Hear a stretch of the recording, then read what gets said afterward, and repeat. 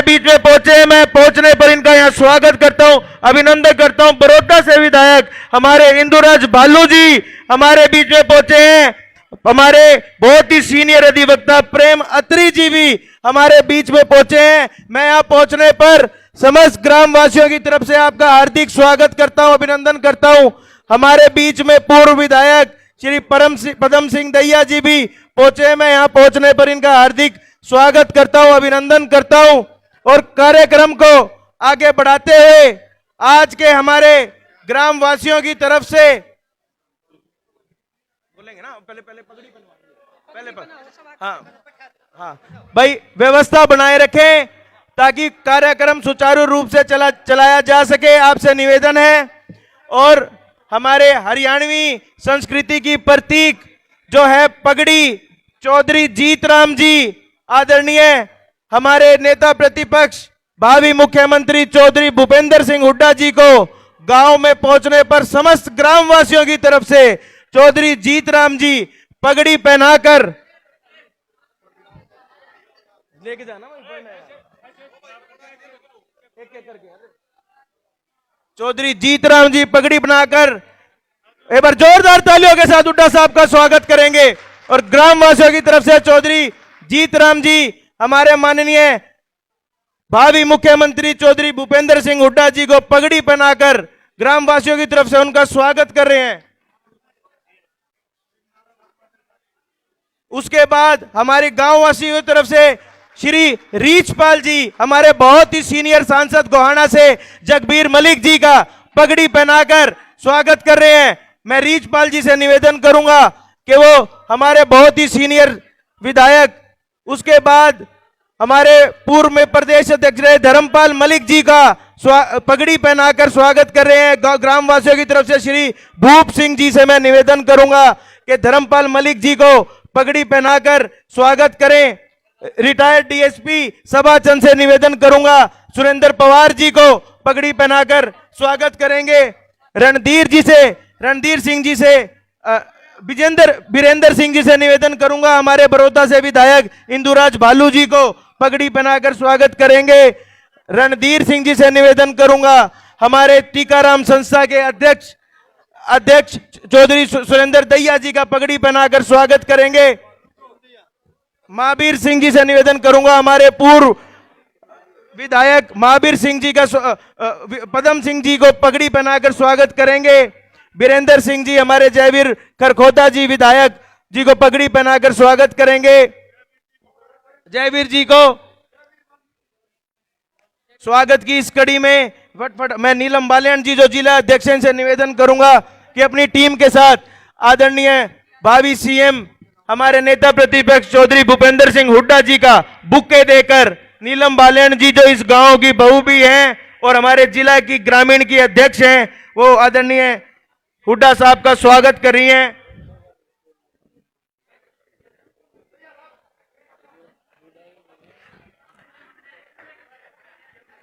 हुड्डा साहब का दोशाला पहनाकर नीलम बालन जी जो है स्वागत कर रही हैं। एक बार जोरदार तालियों के साथ यहां पर पहुंचने पर तमाम हमारे हुड्डा साहब एवं विधायक, पूर्व विधायक एवं कांग्रेस के नेतागण का यहां पहुंचने पर गांव वासियों की तरफ से हार्दिक स्वागत करते हैं, अभिनंदन करते हैं।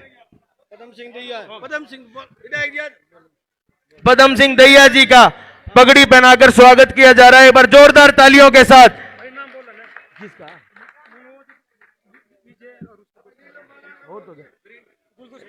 नीलम बालियान जी दोशाला पहनाकर सभी विधायकों का स्वागत कर रही हैं। हमारे बीच में पंडित गोल्डी जी, मनोज कुमार नैन जी, विजय देशवाल जी, नीरज देशवाल जी और मास्टर सूरजमल जी हमारे भावी मुख्यमंत्री एवं नेता प्रतिपक्ष चौधरी भूपेंद्र सिंह हुड्डा जी का बुके देकर समस्त ग्रामवासियों की तरफ से यहां पहुंचने पर स्वागत कर रहे हैं, हार्दिक अभिनंदन कर रहे हैं। स्वागत की अब जो हमारी ये प्रक्रिया खत्म होती है और इसी चरण में मैं जिला अध्यक्ष नीलम बालियान जी से निवेदन करूंगा वो आए और 2 ही मिनट में अपने विचार रखें। एक बार बैठ जाओ भाई, व्यवस्था बनाए रखो। आप जाके ना तो जाके बिठवाना। बोलो बोलो बोलो। हरियाणा प्रदेश के भावी मुख्यमंत्री, किसानों के मसीहा, नेता प्रतिपक्ष चौधरी भूपेंद्र सिंह हुड्डा का गांव मेलाना में पहुंचने पर जोरदार तालियों से स्वागत करो। हमारे 5 बार के विधायक, हमारे हलके के जगबीर सिंह मलिक जी का जोरदार तालियों से गांव की तरफ से स्वागत करते हैं। खरखोदा हलके से पूर्व सीपीएस जयवीर वाल्मीकि जी का गांव मलाना की तरफ से बहुत बहुत स्वागत करते हैं। पूर्व अध्यक्ष, पूर्व सांसद धर्मपाल मलिक जी का गांव मेलाना में पहुंचने पर बहुत बहुत स्वागत करते हैं। सोनीपत से विधायक सुरेंद्र पवार जी का गांव मेलाना में पहुंचने पर बहुत बहुत स्वागत करते हैं। विधायक इंदुराज नरवाल जी का गांव मेलाना में पहुंचने पर बहुत बहुत स्वागत करते हैं। आप सब जानते हो, पिछले 10 साल से पूरा प्रदेश, चाहे महिलाओं की बात हो, चाहे कर्मचारी व्यापारी की बात हो, चाहे हर वर्ग की बात हो, सरपंचों की बात हो, बुरी हालत हो गई है। हमारे नेता यशस्वी चौधरी भूपेंद्र सिंह हुड्डा के नेतृत्व में सतपाल ब्रह्मचारी जी को मलाना गांव में भारी बहुमत से जिताएंगे। सतपाल ब्रह्मचारी जी भी, हमारे विधायक जगबीर सिंह मलिक जी भी गांव में वोट मांगने पहुंचे थे और हम सब महिला कांग्रेस सभी सतपाल ब्रह्मचारी जी को आने वाली 25 तारीख को भारी बहुमत से जिताएंगे।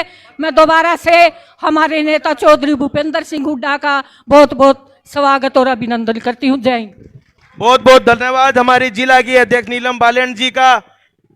मैं गोल्डी जी से निवेदन करूंगा, हुड्डा साहब का माला पहनाकर वो स्वागत करना चाहते हैं। और इसी कड़ी में हमारे गोहाना से बहुत ही सीनियर विधायक श्री जगबीर मलिक जी से मैं निवेदन करूंगा वो आए और अपने विचार रखें। भाई थोड़ा सा इधर आ। ये सारे इधर पीछे हो जाओ भाई। भाई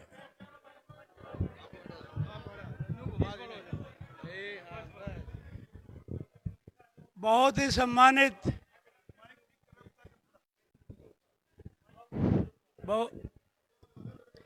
बहुत ही सम्मानित और भावी मुख्यमंत्री चौधरी भूपेंद्र सिंह हुड्डा जी, धर्मपाल मलिक जी, जिन्होंने समय का दान दिया, उनकी तरफ से भी मैं बोल रहा हूँ। भाई जयवीर वाल्मीकि जी और इंदुराज बालू जी और विधायक सोनीपत सुरेंद्र पवार जी, दूसरे सभी राजनीतिक जो मंच पर उपस्थित हैं, गांव के सम्मानित बुजुर्गों, मातृशक्ति साथियों, ये इलेक्शन बहुत महत्वपूर्ण इलेक्शन है। एक बात समझ लो, अब कैसे चूक होगी, आगे इलेक्शन नहीं होंगे। बीजेपी का अरविंद शर्मा का पूरा बयान आ रहा है, ऐसा कानून बना देंगे फिर राय मांगने की जरूरत नहीं पड़ेगी। आपने 10 साल का राज चौधरी भूपेंद्र सिंह हुड्डा का देखा और 10 साल का राज इनका भी देख लिया। मोदी जी कल आए थे, ये कहा करते किसान का जो है आय दुगनी कर दूंगा, पहली कलम से किसान का कर्जा माफ कर दूंगा, गरीब आदमी के घर मकान पर छत होगी हर एक पे। ये बताओ भाई, किसी का मकान बना के देहात में सारा हरियाणा पड़ा है, गांव में किसी का मकान बना है, इस सरकार ने बनाया है? किसी का कर्जा माफ होया है? किसी किसान का कर्जा माफ होया, गरीब का कर्जा माफ होया? या पूंजीपतिया की सरकार है जो कांग्रेस ने बना रखा था, चाहे रेल थी, रोड थी, हवाई जहाज थे, बंदरगाह थी, सारा सौदा बेच दिया। सब वो आ रहा था ना कोरोना में भी, इस पर भी रुपये ले लिए, जो टिके टाके लाए थे उन पर सारे बेरा होगा। गाँव काटने वाला में 150 करोड़ रुपए ले लिए। इन्हें रुपये कमाने के व्यापारी आदमी है, गरीब आदमी के हक के नहीं है। और इब का सरकार बन गई इनकी, ना का इलेक्शन होगा। आपने देखा नहीं, कल एक भी बात नहीं कही, किसी किसान की बात नहीं की, किसी गरीब आदमी की बात नहीं करी मोदी ने जो है अब बौखला चुका है। अब ये कहता कांग्रेस वाले थारे मैच खोल ले जाएंगे। ये मुख्यमंत्री का बयान है, मैच खोल ले जाएंगे। सारे औरतों के मंगलसूत्र तोड़ लेंगे। ये मुख्य प्रधानमंत्री का बयान नहीं भाई, प्रधानमंत्री बौखला चुके हैं। और मैं ये कहता हूँ सरकार जो है अपनी आगे, एक बात का ध्यान रख लेना। चौधरी धर्मपाल जी बैठे हैं, इन्होंने इलेक्शन लड़ा था देवीलाल के खिलाफ, और चौधरी देवीलाल ने 2.5 लाख तक जिताने लगे थे, 2.5 लाख तक जिताओ थे, फिर 2 लाख तक आगे, 1.5 लाख तक आगे, 1.5 तक जीतेगा। ताश खेलने गए, रह गिरने नहीं गए, अरे न हरा दिया चौधरी देवीलाल। यूं काम ना करियो। मैं सबसे पहले चाहता हूं इस हल्के की वोटिंग परसेंटेज सारे हल्के से ज्यादा हो, सबसे ज्यादा वोटिंग परसेंटेज हो, मेरा इसी बात पर जोर है। और 3 सेकंड तक बटन दबाना है, कदे उन्हें लगा कर बोल दो। और जो परसेंटेज मुलाने काम का क्या ब्याह था भाई, बता दो हुड्डा साहब ने। अरे का दे बोल रहे, हाथ नहीं बोल रहे। सब तो फर्स्ट कार्ड नहीं हो, काट दोगे कि नहीं? और भाई हाथ पांव जोड़ के सब ने मना लो, और आगे राज आ जाएगा। जो पहला गरीबा के काम हुए, सब 36 बरादरी के काम करे, नए काम होंगे, और आपका राज होगा ना, किसान का भला होगा, गरीब आदमी का भला होगा, सारे का भाई। इसलिए मैं ये चाहता हूँ एक बटन दबाओगे ना, 2 चीज निकलेंगी। ब्रह्मचारी जी तो MP बनकर निकलेंगे, और हुड्डा साहब चीफ मिनिस्टर बनकर निकलेंगे। एक बटन में 2 काम होंगे। धन्यवाद। जय हिंद, जय भारत।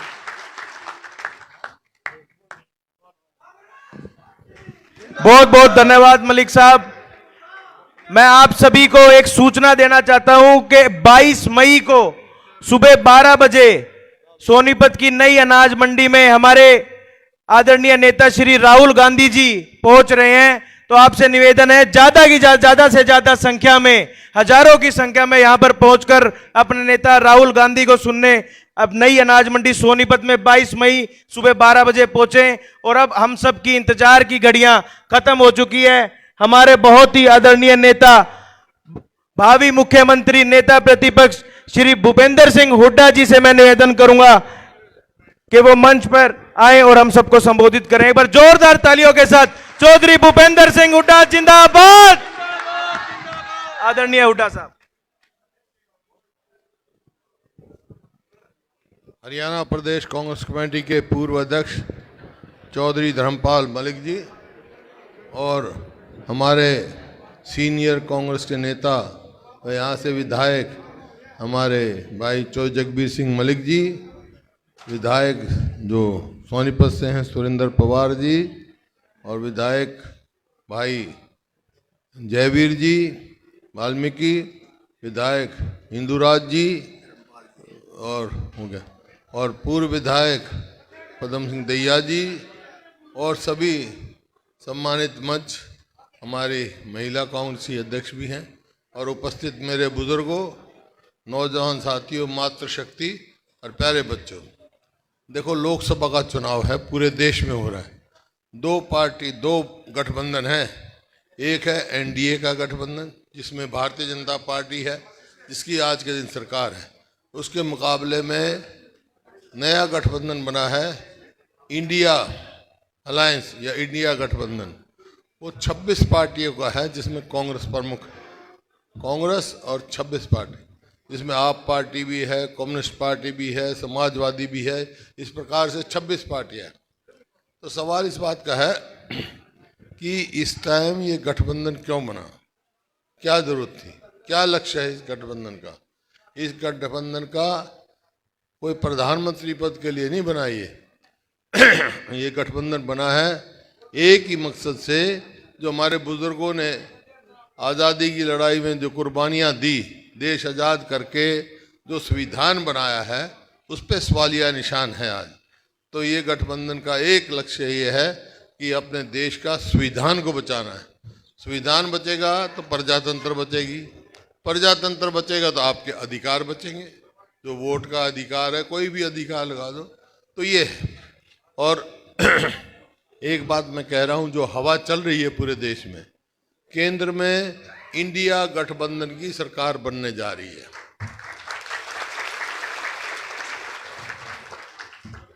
तो ज़रूरी है यहाँ से सोनीपत लोकसभा क्षेत्र से सतपाल ब्रह्मचारी जी को लाखों वोट से जिताना है, क्योंकि वहाँ जो केंद्र में सरकार बनेगी वो जो मेन पॉइंट जो मैनिफेस्टो तैयार किया है, घोषणा पत्र तैयार किया है राहुल गांधी जी के नेतृत्व में कि इंडिया गठबंधन बनेगा।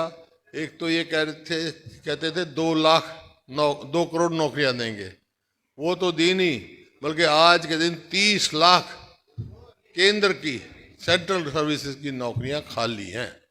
तो भाई वहाँ सरकार बनते ही एक तो 30 लाख वो स्थान भरेंगे, 30 लाख बच्चों को नौकरी देंगे देश में। और जो बेरोजगारी है, जो डिप्लोमा होल्डर हैं, ग्रेजुएट हैं, डिग्री होल्डर हैं, वो रोज़गार नहीं मिल रहा उनको।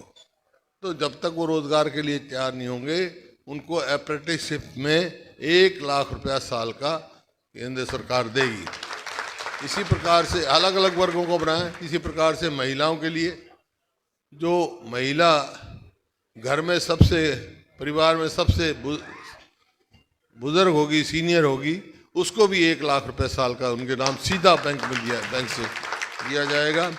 और किसानों के लिए जो 13 महीने तक यहाँ संघर्ष चलता रहा, किसान एक बात मांगते रहे, कुर्बानियाँ दी किसानों ने 700 से ज़्यादा, और सरकार नहीं मानी। आज भी कोशिश कर रहे हैं, रास्ता बंद कर रखा है। एक बात मुद्दा लेके किसान गए थे कि वे हमारे को एमएसपी की गारंटी दो, एमएसपी की जो है कानूनी हक हमारा होना चाहिए। तो जहाँ तक उसका सवाल है, जब डॉक्टर मनमोहन सिंह प्रधानमंत्री थे तो उन्होंने वर्किंग ग्रुप बनाया था, उसका चेयरमैन मेरे को बनाया था। मेरे साथ अलग अलग प्रदेशों के चीफ मिनिस्टर मेंबर थे। उस समय भी हमने रिकमेंड किया था कि किसान को एमएसपी की कानूनी गारंटी देनी चाहिए, और स्वामीनाथन C2+50 का फार्मूले से उसका मूल्य तय होना चाहिए। लेकिन इस सरकार ने मानी नहीं, सरकार चली गई तो इसने मानी नहीं। तो उसके बाद रायपुर में कांग्रेस का अधिवेशन हुआ, वहाँ भी मेरे को चेयरमैन बनाया, और वहाँ फिर हमने रिकमेंड किया कि किसान को जो है एमएसपी की कानूनी गारंटी और स्वामीनाथन फार्मूला से दिया जाए, C2 फार्मूले से दिया जाए। ये बात हमने अपने घोषणा पत्र में डाली है। तो भाई अगर इंडिया सरकार बनती है तो किसान को कानूनी गारंटी एमएसपी की मिलेगी। कोई इससे कम खरीदेगा तो उसको सजा होगी उसकी। और इसी प्रकार से साथ के साथ ये भी किया है, किसान और गरीब आदमी का, इन्होंने तो बड़े बड़े तमिलनाडु के 16 लाख करोड़ जो है वो कर्जे माफ़ किए हैं, लेकिन 1600, और किसान का कर्जा माफ़ नहीं किया। तो हमारी सरकार बनेगी तो गरीब आदमी और किसान का कर्जा माफ़ी से लेके कर्ज मुक्त तक लेके जाएंगे, ऋण मुक्त तक, ताकि उसको कर्जे लेने की जरूरत न पड़े। इसी प्रकार से है। लेकिन एक बात है, मैं सारे हरियाणा में घूम के आ रहा हूँ, लोगों ने एक और मन बना रखा है। हर जगह मैंने पूछा भी है, आपसे भी पूछूंगा। लोग चाहते हैं कि 36 बिरादरी हरियाणा की चाहती है कि हरियाणा में जो चुनाव होंगे लोकसभा के बाद, वहाँ कांग्रेस की सरकार बने। तो मैं आपसे भी पूछता हूँ, भाई आप कौन सी पार्टी की सरकार चाहते हो हरियाणा में? कांग्रेस की सरकार। तो भाई कांग्रेस की सरकार बनेगी तो कैसे बनेगी कांग्रेस की सरकार? कांग्रेस की सरकार का पहला कदम तो होगा कि भाई लोकसभा में यहाँ से जीत हो, और नई नई स्कीम चलाते हैं। अग्निवीर चला दिया, वो तो फैसला कर दिया कांग्रेस ने, इंडिया सरकार बनेगी गठबंधन की तो अग्निवीर की स्कीम रद्दी में टुकड़े में जाएगी और रेगुलर भर्ती होगी। इस प्रकार से तो हरियाणा में ये माहौल सारे प्रदेश में हमें बता रहा है। जैसे आपसे मैंने पूछा, हर जगह मैंने पूछा, सभी की है। ये क्यों है ऐसा? ये क्यों हुआ ऐसा? क्योंकि 2014 में जब हमने सरकार छोड़ी तो हरियाणा जो है, हमारा हरियाणा प्रति व्यक्ति आय में, प्रति व्यक्ति निवेश में नौकरी देने में, कानून व्यवस्था में, खेल और खिलाड़ियों में पूरे देश में नंबर 1 था। और आज क्या हो गया भाई? 10 साल के बाद, 10 साल इनको सरकार बने हो गए, बीजेपी की सरकार है केंद्र में भी, हरियाणा में भी। तो आज हरियाणा कहाँ है? हरियाणा किस चीज़ में नंबर 1 है? आज हरियाणा देश में नंबर 1 है बेरोजगारी में, महंगाई में। और कानून व्यवस्था की तो बात ही क्या है। कानून व्यवस्था तो अपराध बहुत बढ़ गया। खेल खिलाड़ियों की आप देख लो, जिन हमारी पहलवान बेटियों ने प्रदेश का नाम रोशन दुनिया में किया, उनके साथ किस प्रकार से जंतर मंतर पर उनको घसीटा गया, उनको आज तक न्याय नहीं मिला। तो ये परिस्थिति, इस वास्ते लोगों ने मन बना लिया, छत्तीस बरादरी ने, कि भाई हरियाणा में जो है कांग्रेस की सरकार बनाएंगे। तो इसके लिए मैं आपको कहने आया हूँ। पर बात आगे है, फिर ये पूछ सकते हैं आपसे, भाई ठीक है हम एमपी भी चुन देंगे और फिर बाद में कांग्रेस की सरकार बन जाएगी, तो लोग आपसे पूछ सकते हैं भाई इनने तो कुछ करा नहीं 10 साल, कांग्रेस की सरकार बन गई तो क्या करेगी? तो 5-6 मोटे मोटे फैसले हमने कर रखे हैं, और तो बहुत है लेकिन समय नहीं है, 5-6 बता रहा हूँ। एक तो ये है, कांग्रेस की सरकार बनते ही सबसे पहले हम अपने बुजुर्गों की पेंशन 6,000 रुपये करेंगे। और बेटा नारे मत लगाओ, बात सुनो 5 मिनट। और जो बिजली है, गरीब आदमी के लिए 300 यूनिट हर महीने बिजली हम फ्री देंगे। गैस का सिलेंडर है हमारे 2014 में 400 का था और अब 1200 का हो गया। राजस्थान में भी करवाया हमने, यहाँ भी करेंगे। हमारी सरकार बनेगी तो भाई 500 से ज़्यादा गैस के सिलेंडर की कीमत नहीं होगी। और सरकार ने एक और चला रखा है, कौशल रोजगार निगम, और पोर्टल चला रखे हैं, कोई परिवार पहचान पत्र, कोई प्रॉपर्टी आईडी, कोई मेरी फसल मेरा ब्यौरा, सब परेशानी के पत्र हैं ये। तो इनको तो हटाएंगे। कौशल रोजगार निगम का क्या काम है भाई? वो नौकरी ठेके पे देते हैं, ठेकेदार। हमने तो ठेका सिस्टम बंद करा भाई, चुप हो जाए एक मिनट। हमने तो ठेकेदारी सिस्टम बंद करा, ये सरकार खुद ठेकेदार बन रही है। ना तो पक्की नौकरी है वहाँ, ना उसमें पेंशन है, ना उसमें रिजर्वेशन है, ना उसमें मेरिट है। युवाओं के भविष्य के साथ खिलवाड़ की जा रही है। और नतीजा ये निकल गया कि आज हरियाणा में 2 लाख पक्की नौकरी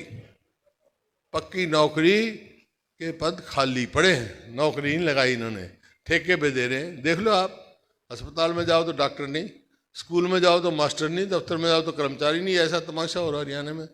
तो भाई अगर हमारी कांग्रेस की सरकार बनेगी तो जो रिक्त स्थान हैं 2 लाख, कच्चों को पक्का करेंगे, और जो 2 लाख रिक्त स्थान हैं वो 1 साल के अंदर अंदर 2 लाख बच्चों को नौकरी देंगे। इस प्रकार से ओल्ड पेंशन स्कीम जो है कर्मचारी के लिए वो देंगे। खिलाड़ियों के लिए अपना पदक पाओ पद पाओ की नीति फिर से लागू करेंगे। इन्हें तो बिरान मट्टी कर रखी है। अपराध देख रहे हो आप, अपराधियों की बात यह है, फिरौती की चिट्ठी मांगी जा रही है। आज रात को भी 3 बजे सांपला मंडी में डाका पड़ गया। सुबह में निकलने लग गया तो एक आया रोता बेचारा कि रात को 3 बजे हमारे लूट ले गए। तो ये परिस्थिति हो रही है। कानून व्यवस्था नाम की चीज़ है ही नहीं। ऐसा प्रतीत होता है सरकार है ही नहीं। भाई ऐसा 2004 में भी ऐसा ही था हमारे प्रदेश में, आपको याद होगा। तो 2005 में मेरे को मौका मिला आपकी मेहरबानी से प्रदेश की सेवा करने के लिए। तो बनते ही मैंने एक बात कही थी, मैंने कहा बदमाशों या तो बदमाशी छोड़ दो या हरियाणा छोड़ दो। याद होगा आपका। 10 साल बहुत शांति प्रिय निकले हमारे। तो आज भी मैं कह के जा रहा हूँ भाई, अगर कांग्रेस की सरकार बनेगी तो बदमाशों को हरियाणा में नहीं रहने देंगे हम। तो जब भी तो हम प्रगति करेंगे। लेकिन ये सब ये होगा कैसे? होगा कब? जब होगा जब आपकी सरकार बनेगी। आपकी सरकार बनाने के लिए पहला कदम क्या है कि लाखों वोट से सतपाल ब्रह्मचारी जी को सोनीपत से जिताओ। सरकार अपनी बनानी है तो और एक बात मेरी मान लो आप, और एक बात मैंने आपसे पूछा था, मैं थारी मान। सरपंचा की बता दीजिए, पीछे थे उड़ा सरपंच भी पीटे थे, नंबरदार भी पीटे थे, चौकीदार भी पीटे थे, कौन बख्शा कौन था, किसान पीटे थे, आशा वर्कर पीटी थी। इनकी मौत कराके पहले नहीं थे। जो जो छोटी सरकार है उनको छोटी सरकार बनाकर छोड़ा, कोई थोड़ा ही। जब लोगों ने चुन के भेजा है उनको, तो सबको नंबरदार, ये सब लंबी कहानी है और बहुत सारी बात है। जैसे आशा है, मिड डे है, इनका तो मैनिफेस्टो में डाल रखा है कि वो उनकी तनख्वाह दुगनी करेंगे, हम आशा वर्कर को और लगाएंगे। तो लेकिन ये मैं ये कह रहा था, एक काम कर लो, एक बात मेरी मान जाओ तुम, और एक बात थारी मान जाओ तो जो तुमने तुम्हारे से सवाल पूछा था मैंने, मेरी क्या मानो, बस सतपाल ब्रह्मचारी को लाखों वोट से जिता कर भेज दो यहाँ, ठीक है ना। अब तुम्हारी क्या मानूंगा मैं, तुम्हारी मानूंगा सतपाल ब्रह्मचारी को लाखों वोट से जिता कर भेज दो, मैं थारी सरकार बना दूंगा यहाँ पे, मंजूर है।